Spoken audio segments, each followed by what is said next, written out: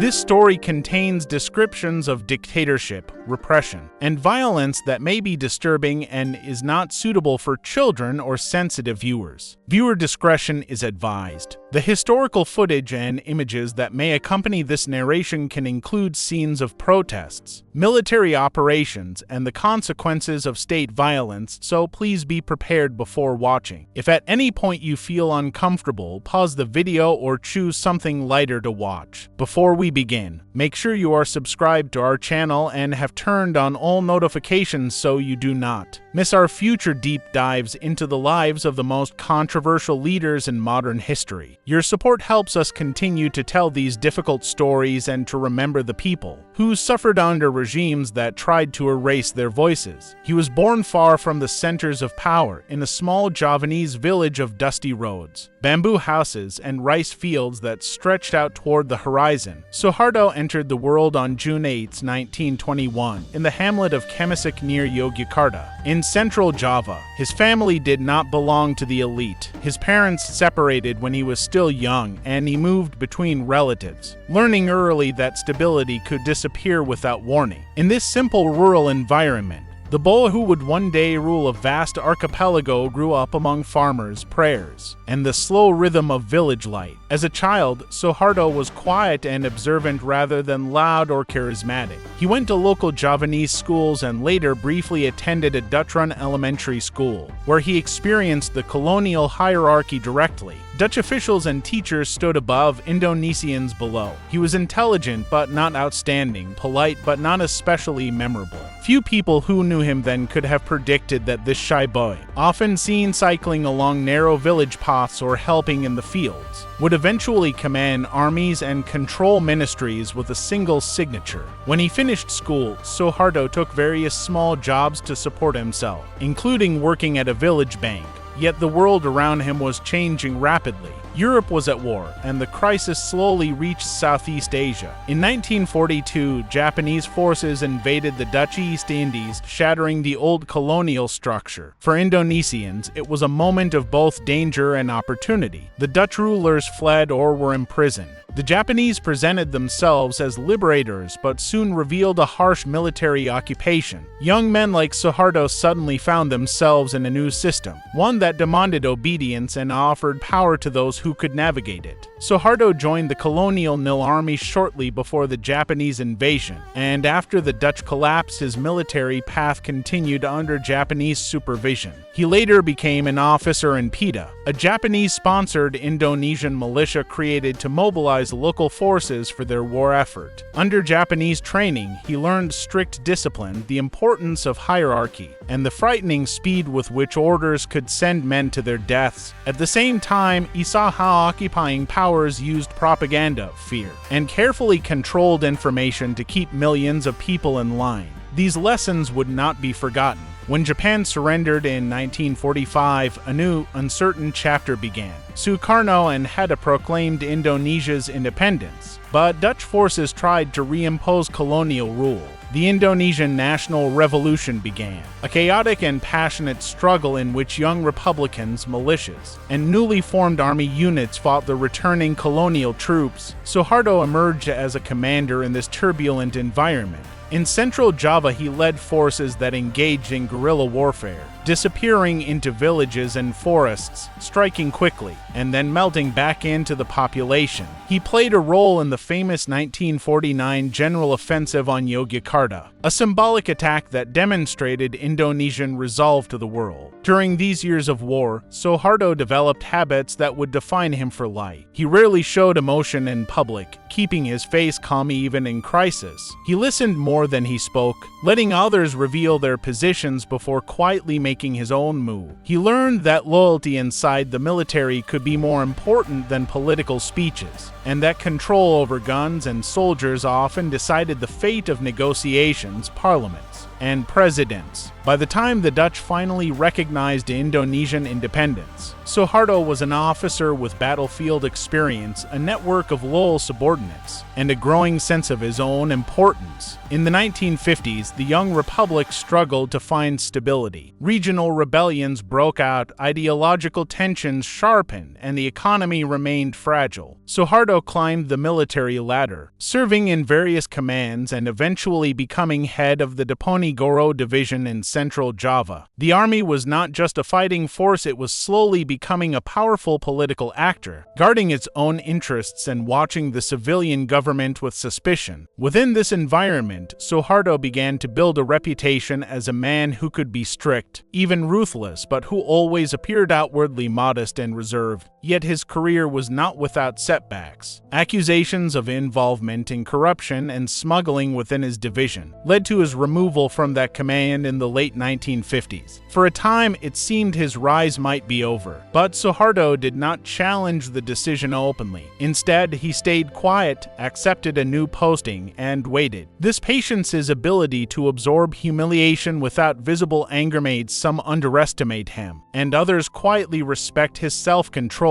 In 1961, he was appointed commander of the Strategic Reserve Command, known as Kostrad, a force station near Jakarta and crucial for any struggle over the capital. Meanwhile, President Sukarno's Indonesia was drifting into deeper turmoil. Politically, he tried to balance nationalists, religious groups, and the powerful Indonesian Communist Party, the PKI. The Cold War turned the archipelago into a place of intense interest for both the Western Bloc and the socialist camp. Sukarno gave fiery speeches against imperialism, withdrew Indonesia from international institutions, and launched the Konfrontasi campaign against the formation of Malaysia. In the streets of Jakarta, huge rallies filled the air with slogans, red flags, and portraits of leaders. Behind the drama, the economy suffered from high inflation and mismanagement, while rival groups within the military and political parties prepared for a future confrontation. Within the army, many officers distrusted the PKI and resented Sukarno's close relationship with the communists. Suharto, as Kostrad commander, kept his opinions guarded. He rarely made ideological statements, but he watched carefully as tensions increased. Intelligence reports, rumors, and secret conversations painted a picture of a fragile balance that could collapse with a single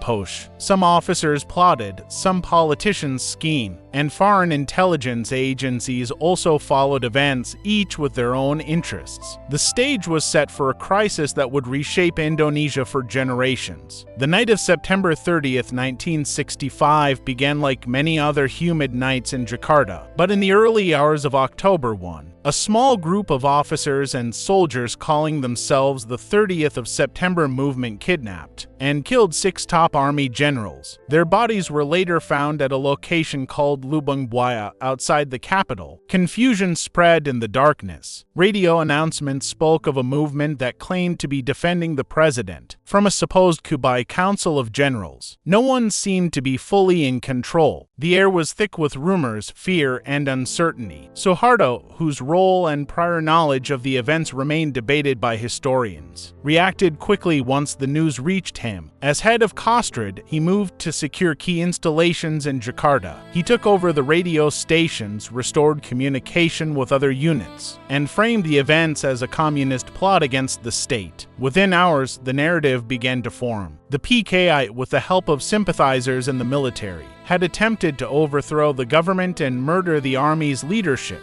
Whether all the details were true or not mattered less than their political effect. The army, under Suharto's rising influence, now had a justification for decisive action. That justification soon turned into a vast and brutal campaign. Across Java, Bali, Sumatra, and other islands, lists of suspected PKI members and sympathizers were compiled. Party leaders, union organizers, teachers, artists, students, peasants, and ordinary villagers who had simply joined the party for pragmatic reasons, all found themselves marked as enemies. Arrests turned into disappearances. Interrogations turned into torture sessions. prisons filled beyond capacity. Officially, the campaign was described as a necessary operation to cleanse the nation of the communist threat. In reality, it became a wave of mass killings. In many regions, local militias, religious groups, and army units carried out executions. People were taken at night from their homes, sometimes with no more explanation than a whisper that their name had appeared on a list. Families waited in vain for news of their husbands, sons, brothers, and neighbors. Bodies were dumped in rivers, lakes, and mass graves. The landscape itself became a silent witness to the violence. As streams ran murky and unclaimed bones lay beneath new layers of soil. Torture methods varied from place to place, but the goal was always the same: extract confessions, force accusations, and spread terror so deeply that resistance would seem impossible. Suharto did not personally swing a weapon in these fields and prisons, but the chain of command led upward to the army leadership, where he now held immense influence. The killings and arrests stripped the PKI of its power and destroyed the left as a political force in Indonesia. At the same time, the terror served as a warning to all who might challenge military authority. Fear became a tool more powerful than any speech. Neighbors learned to remain silent, to avoid even small acts of sympathy toward those targeted. A careless word could lead to interrogation or worse. By early 1966, the balance of power in Jakarta had shifted decisively. President Sukarno was still formally the head of state, but real authority rested with the army. Under mounting pressure, Sukarno signed a decree that effectively transferred key powers to Suharto. Step by step, through legal maneuvers and political pressure, Suharto pushed him aside. In March 1967, the parliament removed Sukarno and appointed Suharto as acting president. The following year, Suharto was formally sworn in as Indonesia's second president. The New Order regime had begun. From the beginning, Suharto's New Order was built on a mixture of development promises and systematic repression. Politically, he moved to create a tightly controlled system. Political parties were forced to merge into a small number of officially recognized groups, and real power concentrated around Golkar, a government-backed organization that dominated elections. The armed forces, under the doctrine of dual function, claimed a role not only in security but also in governance, placing military officers in civilian administrative positions across the country. Any form of opposition was watched closely.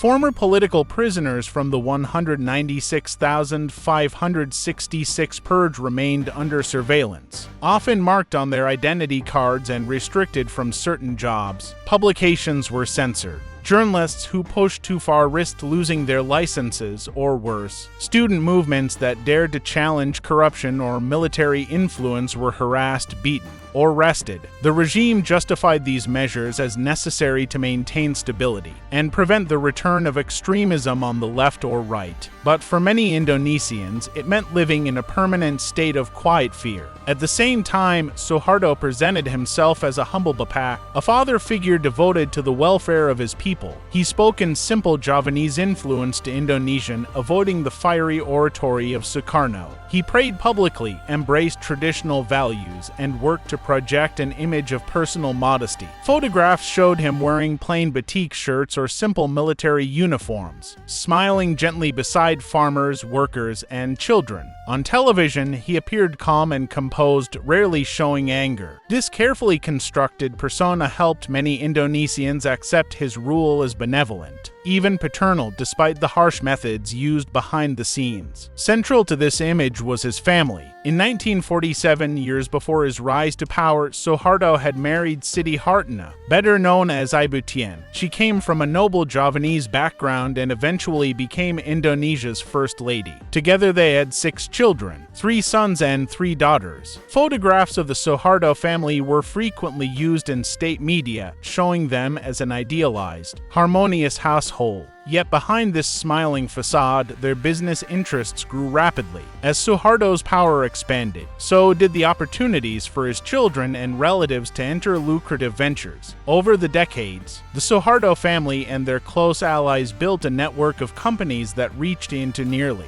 every important sector of the economy, including banking, construction, oil, gas, forestry, and telecommunications. State contracts often flowed toward firms connected to the presidential circle. Timber concessions gave allies control over vast stretches of Indonesian rainforest. Import licenses and monopolies allowed select businesses to dominate markets. Officially, this was presented as part of national development. In practice, it created a system of crony capitalism in which loyalty to the president could be rewarded with enormous wealth. Despite this corruption, the new order delivered economic gains that many ordinary Indonesians could see and feel. During the oil boom of the 1970s, the government invested in infrastructure, education, and health programs. Roads were built, ports expanded, and irrigation systems improved rice production. Suharto's technocrats, a group of Western-trained economists, pursued policies that attracted foreign investment and stabilized the currency. For many families, life genuinely improved. Children who might have grown up illiterate gained access to schools. Villages were electrified.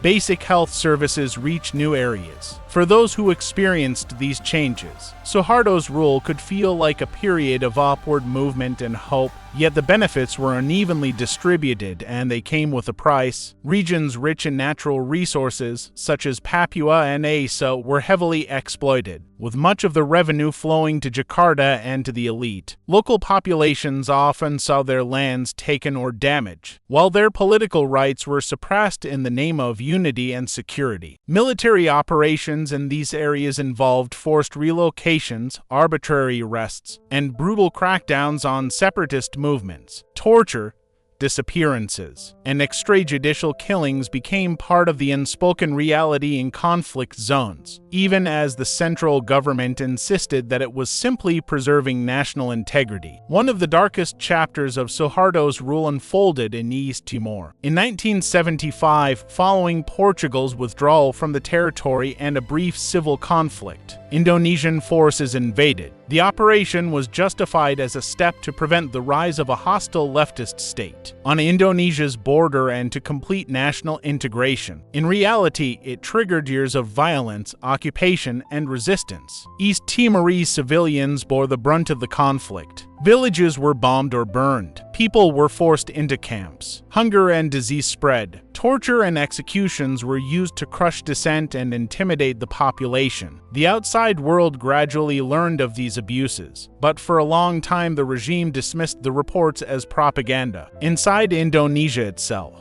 the new order used more subtle but no less effective tools of control in everyday life. School children were required to attend yearly commemorations of the events of 1965. Official textbooks presented a simplified, one-sided version of the story, portraying the army and, by extension, Suharto as saviors who had rescued the nation from communist horror. A state-produced film dramatized the kidnapping and murder of the generals in graphic detail, and was shown repeatedly on television. By shaping how young Indonesians remembered the past, the regime sought to make its own legitimacy seem unquestionable. During the early 1980s, another sinister campaign unfolded in the shadows of the cities. In an effort to combat what it called rising crime, the regime unleashed a program that came to be associated with mysterious killings of alleged criminals. Bodies of suspected gang members were found in alleys, dumped by roadsides, and floating in rivers. Many bore signs of execution. Officially, there was little acknowledgement of responsibility, but widely, people believed that special teams linked to the security forces were carrying out these killings. The message was clear. The state reserved the right to use lethal force without trial against anyone it labeled a threat, whether political or criminal. For victims of torture, the regime's methods left marks that were physical, psychological, and permanent. In interrogation rooms, detainees could be beaten for hours, subjected to electric shocks, forced to stand for days without sleep, or threatened with death and harm to their families. Some were made to sign confessions they did not understand. Others were pressured to name friends and colleagues, spreading fear through entire networks. Women sometimes faced sexual violence and humiliation designed to break their dignity. Many prisoners were never formally charged but remained behind bars for years. When they were finally released, they carried trauma that would haunt them for the rest of their lives. Despite the repression, pockets of resistance persisted. Students, organized small underground study groups. Intellectuals wrote essays that carefully critiqued the regime without crossing explicit red lines. Religious leaders, particularly in the Catholic and Protestant communities in conflict regions, documented abuses and tried to protect their congregations. Labor activists attempted to form independent unions, challenging the state-sponsored structures that claimed to represent workers. Each time these movements grew too bold, the security apparatus responded with arrests, intimidation, and sometimes lethal force. But the ideas they carried could not be wiped out entirely. In 1984, protests in the Tanjung Priok area of Jakarta against religious restrictions and government policies were met with a military crackdown that left many dead. In the late 1980s, similar violence erupted in places like Lampung and Aceh. These incidents reminded the public that, beneath the regime's smiling images of development and progress, there remained a readiness to use deadly force. Families mourning their dead knew that justice was unlikely. Courts were not independent, investigations were tightly controlled, and questioning the official version of events could itself lead to trouble.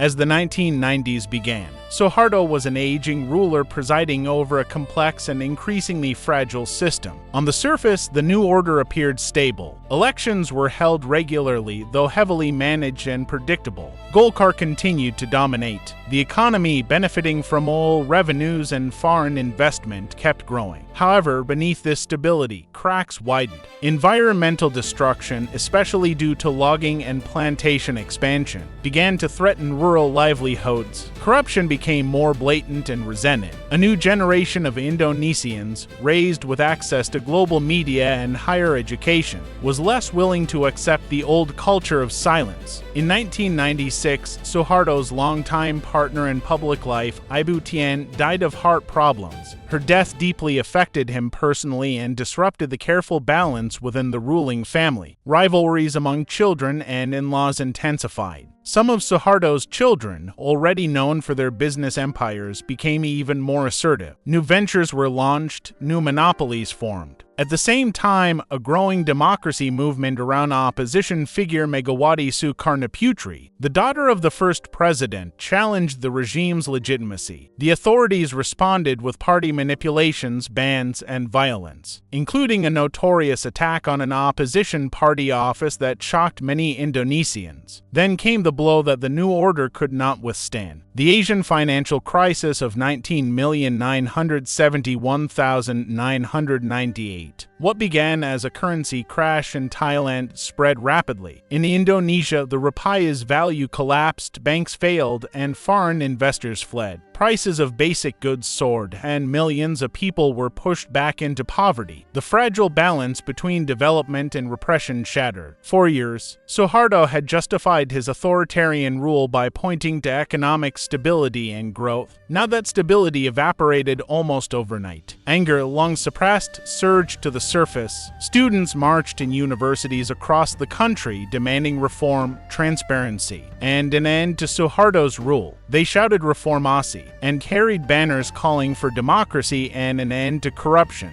At first, the regime tried its usual tactics: intimidation, limited concessions, and controlled dialogue. But the scale of the crisis and the depth of public frustration were too great. Security forces shot and killed some protesters, turning them into martyrs whose faces were reproduced on posters and carried in demonstrations. Stories of torture and beatings in police stations further fueled the rage. In May 1998, Jakarta and other cities erupted. Demonstrations, riots, and looting combined in a chaotic and frightening mix. Some communities suffered targeted violence, and parts of the capital burned. The old methods of control no longer worked. Even within the elite, support for Suharto crumbled as politicians, military officers, and businessmen realized that his presence now threatened the survival of the system they depended on. International pressure also mounted as images of violence spread across global media. Under this immense pressure, Suharto finally stepped down on May 21, 1998. He announced his resignation in a brief, controlled speech,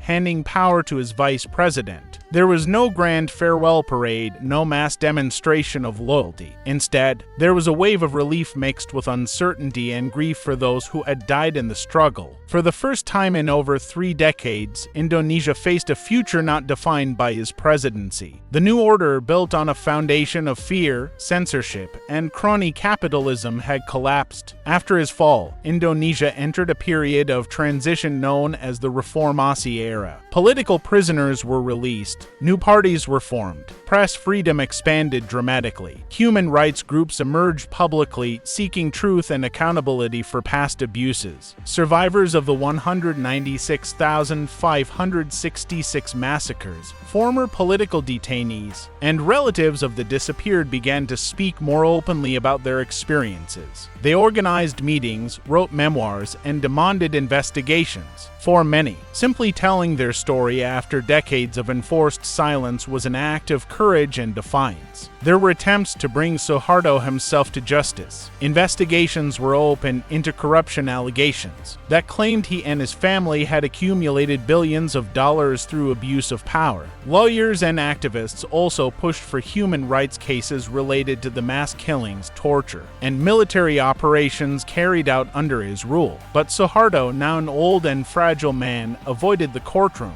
Doctors repeatedly declared him unfit to stand trial due to poor health. Legal proceedings stalled or were quietly dropped. For his victims, this felt like a final insult. The man who had presided over so much suffering would never sit in the defendant's chair. In his final years, Suharto lived a largely secluded life. Protected by loyal guards and surrounded by family, he moved between his home and hospitals, receiving medical treatment while the country he had once controlled moved on without him. New presidents came and went. Elections became a normal feature of political life. Independent media exposed scandals that would once have been buried. Regional autonomy gave provinces more say in their own affairs. Yet the legacy of the new order remained visible in institutions, laws, and in the memories of millions. When Suharto died in January 2008, reactions were mixed. The state organized an official funeral, complete with military honors and religious rituals. Some Indonesians mourned sincerely, remembering him as the father of development who had brought roads, schools, and relative stability. Others felt only a quiet bitterness or unresolved anger, recalling relatives lost in the purges. In East Timor, in Aceh, or in the streets of Jakarta in 1998. Still others felt nothing at all, viewing him simply as a distant figure from their parents' generation, more history than immediate reality. To understand how a village boy like Suharto could grow into an almost untouchable ruler, it helps to look more closely at the world that shaped him. Kemisik, the hamlet of his birth, lay in a landscape patterned by rice paddies, coconut trees, and small mosques. Life revolved around the seasons, the call to prayer, and the expectations of Javanese custom. Children were taught to be halus refined, polite, and controlled. Direct confrontation was frowned upon. Harmony, even if only on the surface, was prized. Suharto absorbed this culture deeply. The idea that a leader should be calm, indirect, and seemingly humble, even while wielding enormous power, echoed older Javanese models of kingship. In later years, many Indonesians would recognize this style in him. The leader who speaks softly, smiles gently, but whose decisions can quietly ruin or end a life. Under Dutch colonial rule, that world was also marked by hierarchy and humiliation. Europeans occupied the top of the pyramid, followed by small colonial bureaucracy, and finally the vast majority of indigenous people, including Javanese peasants like Suharto's family. Access to Dutch education, good jobs, and political influence was tightly controlled. When young Suharto attended a Dutch-run school for a time, he witnessed this hierarchy firsthand. The different treatment, the subtle and not-so-subtle ways in which colonial authorities reminded Indonesians of their subordinate status. These experiences fed a resentful pride that would later resonate with nationalist ideas, and a desire for a strong, independent state that would never again bow to outsiders. The Japanese occupation during World War I added another layer of trauma and lessons. For many Indonesians, the Japanese were both oppressors and, paradoxically, enablers of nationalism. The occupation brought forced labor, food shortages, brutality, and fear. At the same time, the Japanese opened limited opportunities for local men to receive military training and administrative experience, something the Dutch had largely denied.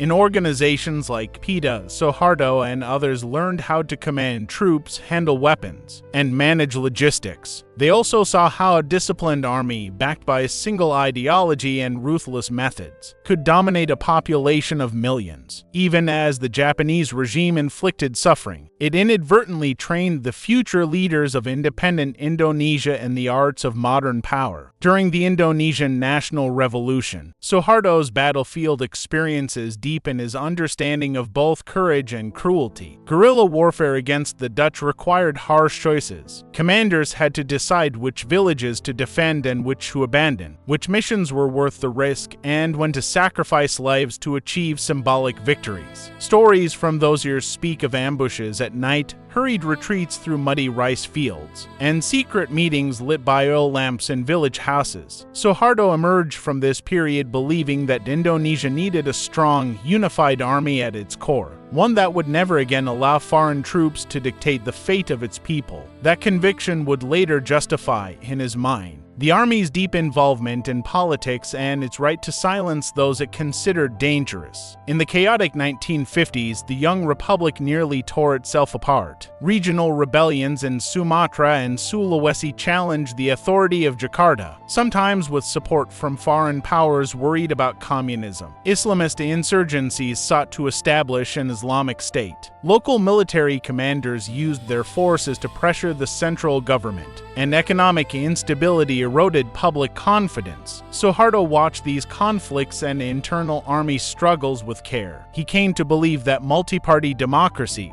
weak institutions, and loud ideological battles were a recipe for permanent crisis. When he later seized power, he would point to this decade as proof that Indonesia needed firm control, limited political competition, and a disciplined bureaucracy guided by the military. The events of 196,566, often summarized in a few dry lines of history, were in reality a complex and chaotic cascade of fear, rage, and calculated manipulation. In some areas, local rivalries between landowners and poor peasants, or between religious groups and communists, exploded into violence once the army signaled that the PKI was fair game. Old grudges were settled under the cover of anti-communist cleansing. Rumors spread like wildfire. Stories of supposed communist atrocities, of weapons hidden in villages, of secret lists of enemies. Many of these stories were exaggerated or entirely invented, but in an atmosphere of panic they fueled killings. The army provided guidance, weapons, and often direct participation, while later claiming that the violence was spontaneous, a lie that helped obscure the regime's responsibility. In this storm, torture was not just a tool for extracting information, but a method for constructing a narrative. Detainees were forced to confess to grand conspiracies, to name others, to confirm the army's version of events. Some were beaten until they agreed with whatever their interrogators demanded. Others were subjected to mock executions, taken to the edge of mass graves or rivers and told they would die, only to be brought back to their cells for further questioning. The psychological impact was enormous. Prisoners never knew when their last day would come. Outside, families lived in a similar torment, endlessly waiting, afraid to ask questions, and pressured to prove their own loyalty by denouncing friends, colleagues, or even relatives. Suharto's consolidation of power also involved a complete reordering of the political landscape. Parties that had once played major roles in national life were reduced, merged, or tightly controlled. The regime promoted a single official ideology, Pancasila, as the only acceptable basis for political activity. On the surface, Pancasila's principles, belief in God, humanitarianism, unity, democracy guided by wisdom, and social justice seemed broad and inclusive. In practice, the new order used them as a tool to suppress opposition.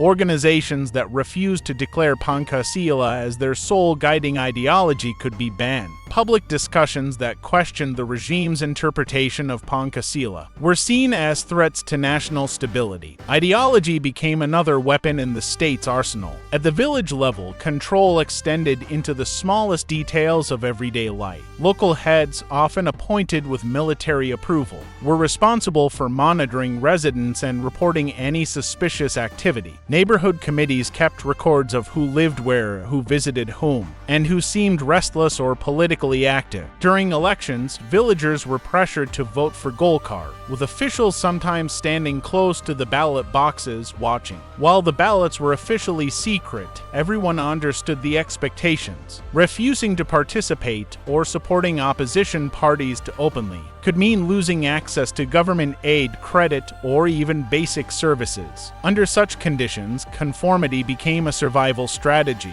Economic development, particularly the so-called Green Revolution in agriculture, changed rural life in profound ways. New high-yield rice varieties, fertilizers, and irrigation systems increased production, but also tied farmers to larger markets, and input suppliers often linked to the elite. Those who could afford the new seeds and chemicals prospered, while poor farmers sometimes fell into debt. Large-scale projects such as dams, mines, and plantations displaced communities, often without fair compensation. Yet state propaganda portrayed these transformations as an ambiguously positive achievement of Suharto's leadership, showing images of smiling farmers and thriving villages while ignoring the conflicts and inequalities beneath the surface. One of the regime's most ambitious and controversial programs was transmigration, the relocation of people from densely populated islands like Java and Bali to less populated regions in Kalimantan, Papua, and elsewhere. Officially, this was meant to reduce overcrowding and promote development in remote areas. In reality, transmigration reshaped the cultural and political balance of entire regions. Indigenous communities saw newcomers arrive in large numbers, often occupying lands they'd used for generations. Tensions over resources and identity grew. In some cases, the presence of transmigrant communities provided a social base more loyal to the central government, reinforcing Jakarta's control and sometimes igniting long-term conflicts. In East Timor, the human cost of Suharto's policies was particularly severe. After the 1975 invasion, resistance groups waged a bitter guerrilla war against Indonesian forces. The army responded with harsh counterinsurgency tactics, forced relocations, village sweeps, detention without trial, and severe restrictions on movement and food supplies. Civilians caught between the guerrillas and the army suffered enormously. In 1991, during a peaceful procession to a cemetery in Dili, soldiers opened fire on unarmed demonstrators, killing and wounding many. The massacre, captured on camera by foreign journalists, shocked the world. It pierced the carefully managed image of Suharto's regime as a benign developmental state, and showed the brutal reality of its occupation to a global audience. Similar patterns of control and violence marked the regime's approach to Aceh in northern Sumatra, and to Papua in the far east of the archipelago. In Aceh, a region with a strong Islamic identity and a long history of resistance, a separatist movement grew in response to perceived exploitation of local resources and cultural marginalization. The government declared Aceh a special operations area, allowing the military-wide latitude. Reports emerged of houses burned, villagers tortured, and suspected sympathizers summarily executed. In Papua, where indigenous Melanesian communities saw their lands carved up for mines and plantations, protests and small-scale rebellions were also met with intimidating force. These regions were far from the capital, but the pain of their people became part of the wider story of Suharto's Indonesia. The intelligence apparatus that kept the new order in place was vast and layered. Official intelligence agencies gathered information on political organizations, student groups, religious leaders, and even foreign diplomats. Informal networks of informants provided additional streams of detail, A simple meeting at a campus, a sermon that hinted at criticism, a leaflet passed hand to hand, all of these could trigger surveillance. People never knew who might be reporting on them. A co-worker, a fellow student, even a distant relative. This uncertainty bred caution. Many Indonesians learned to speak in codes, to use humor and metaphor to voice dissatisfaction without drawing direct attention. Others simply withdrew from any public expression of opinion, keeping their thoughts to themselves. While the regime tolerated some carefully controlled criticism, it drew clear red lines around certain topics, questioning the official version of the 196,566 events, challenging the central role of the military, or exposing high-level corruption could bring swift retaliation. Journalists who crossed these lines saw their publications shut down. Academics who spoke too frankly might lose their positions or find their research banned. Artists and writers faced censorship,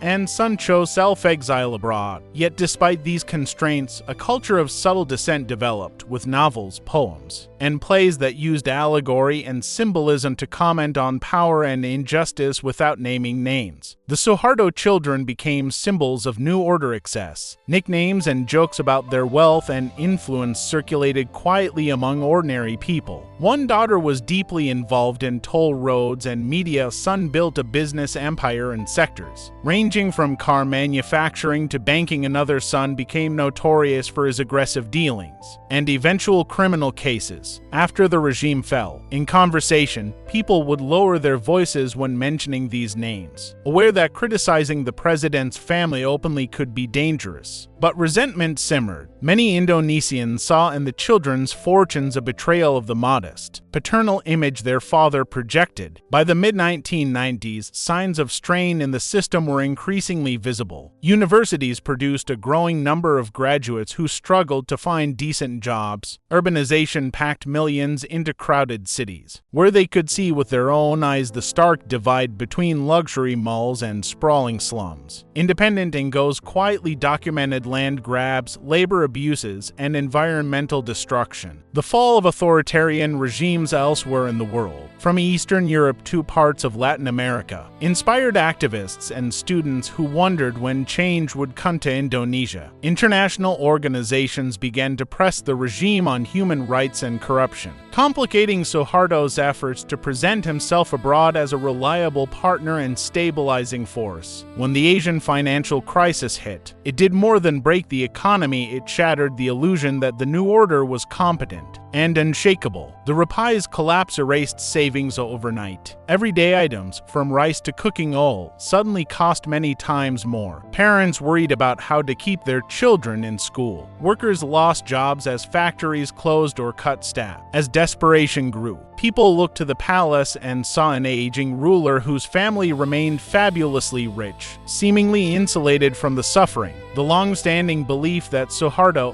whatever his faults, guaranteed stability, was replaced by a growing conviction that he had become part of the problem, not the solution. Student protests in 1998 were not just spontaneous bursts of anger. They were the result of years of organizing, discussion, and quiet resistance. On campuses across Jakarta, Yogyakarta, Bandung, and other cities, students held forums on democracy, human rights, and corruption. They read books that had once been banned, watched footage of other countries' struggles, and debated strategies. When they occupied parliament buildings and marched in the streets, they carried not only slogans but also a vision of a different Indonesia, one where leaders could be criticized without fear, where the military returned to the barracks, and where elections truly reflected the will of the people. Their courage, in the face of tear gas, batons, and bullets, broke the spell of fear that had gripped the country for more than 3 decades. The days surrounding Suharto's resignation were tense and uncertain. Rumors swirled about possible coups, about hardline generals preparing to crack down, about secret meetings in hotel rooms where elites negotiated their futures. In many neighborhoods, ordinary people formed ad hoc security groups to protect shops and homes from looters. Religious leaders called for calm and prayed for a peaceful transition. When Suharto finally appeared on television to announce his resignation, his voice was controlled, but his body language revealed exhaustion and defeat. For many viewers, it was a surreal moment. The man whose portrait had hung on every public while not admitting that his time was over. In the years that followed, Indonesia's efforts to deal with the legacy of Suharto's rule were uneven and incomplete. Some truth-seeking initiatives were launched, and a handful of officials faced legal consequences for specific abuses. East Timor eventually voted for independence despite violence from pro-Indonesian militias, and Suharto's regime was widely condemned internationally for its actions there. New laws strengthened press freedom and limited the military's formal political role. Yet many powerful figures from the New Order era adapted to the new system, reinventing themselves as democrats while keeping their wealth and influence. For victims seeking justice, this continuity was painful. Debates about Suharto's legacy continue to this day. In some rural areas, older people still speak fondly of the New Order, remembering lower prices, fewer visible protests, and a sense of simple order. In urban activist circles, by contrast, he is remembered as a dictator responsible for mass murder, systematic torture, and environmental destruction on a vast scale. History textbooks have been revised, but disagreements over how to describe the events of 196,566 and the nature of his rule frequently spark controversy. Political parties sometimes invoke his name indirectly, promising stability and discipline that echo New Order themes without openly embracing its methods. For the children and grandchildren of victims, Suharto's name is tied to inherited trauma. Some grew up with parents who refused to talk about the past, haunted by memories of prison, exile, or execution grounds. Others learned in whispers that a grandfather had once been a teacher accused of being a communist, or that an aunt had disappeared after joining a union.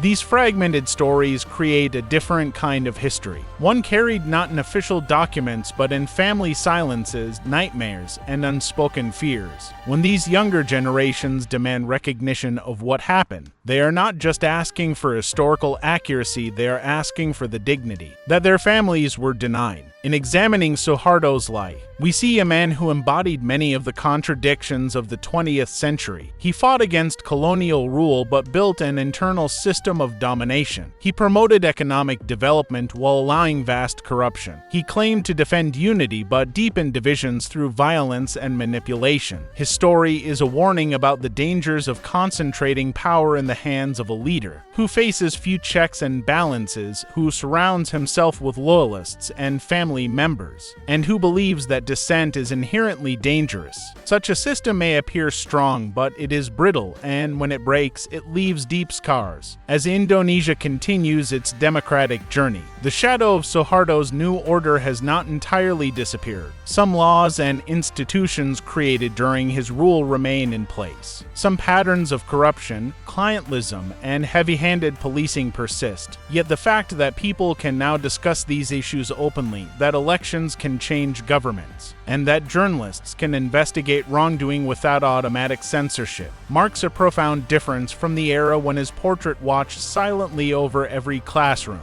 and office. The struggle to fully escape that shadow is ongoing, but the courage of those who challenged his regime has opened a path to bring all of this closer to the ground. Imagine an ordinary Indonesian family living through Suharto's decades in power. A farmer in central Java, born just after independence, grows up hearing only fragments about 1965, always in hushed tones. He is taught at school that the army saved the nation from unspeakable communist cruelty, and every year his class watches the same state-produced film full of graphic images and heroic soldiers. At home, however, his father falls silent when that year is mentioned.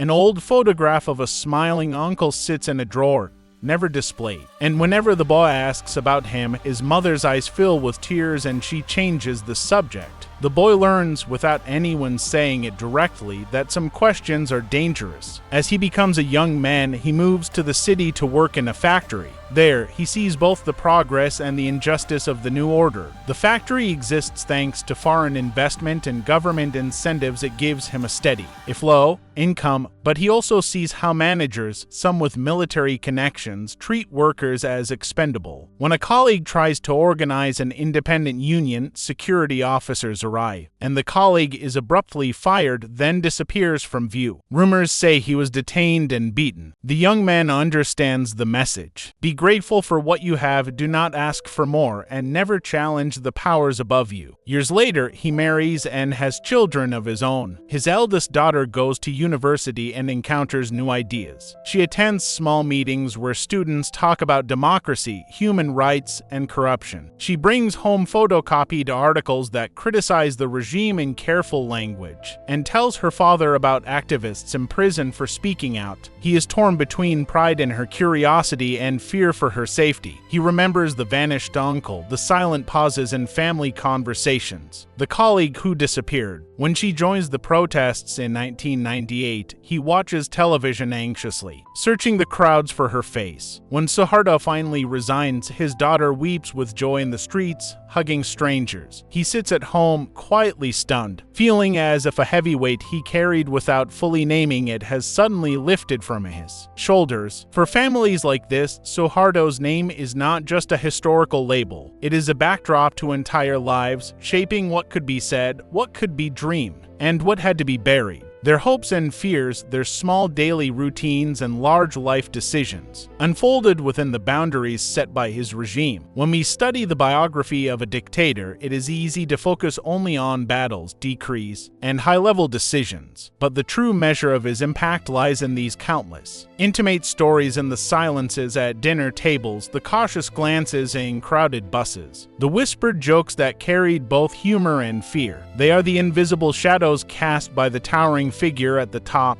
In the end, what remains are memories, documents, and the landscapes themselves, all bearing traces of Suharto's long rule. Former prisons still stand, some turned into museums, others left to decay with rusted bars and peeling paint. Monuments erected in his time continue to rise over city squares, their plaques speaking of unity and development without mentioning the suffering that accompanied them. Forests cleared under his watch have become plantations and mines, their previous life remembered only by elders in remote villages. And yet, in classrooms, on television talk shows, and in family living rooms, people now argue openly about what his era meant. This very argument is a sign of change. Under the new order, the meaning of Suharto's rule was fixed from above and enforced by fear. In today's Indonesia, that meaning is contested, revised, and reconsidered from below. As long as those conversations continue, the legacy of his dictatorship will not be able to hide behind nostalgia or propaganda, and the lessons of his rise and fall will remain available to anyone willing to listen. As you listen to this story, remember that behind every statistic and policy there are human lives. The biographies of leaders like Suharto are incomplete if we do not also hear the voices of those they ruled over, the voices that were ignored, silenced, or extinguished. By telling these stories today, we push back against that silence. We remind ourselves that power is never permanent, that fear eventually meets resistance, and that history belongs not only to the dictators and generals, but also to the ordinary people who endured their rule. If this long journey through Suharto's life and rule has helped you see history from a new angle,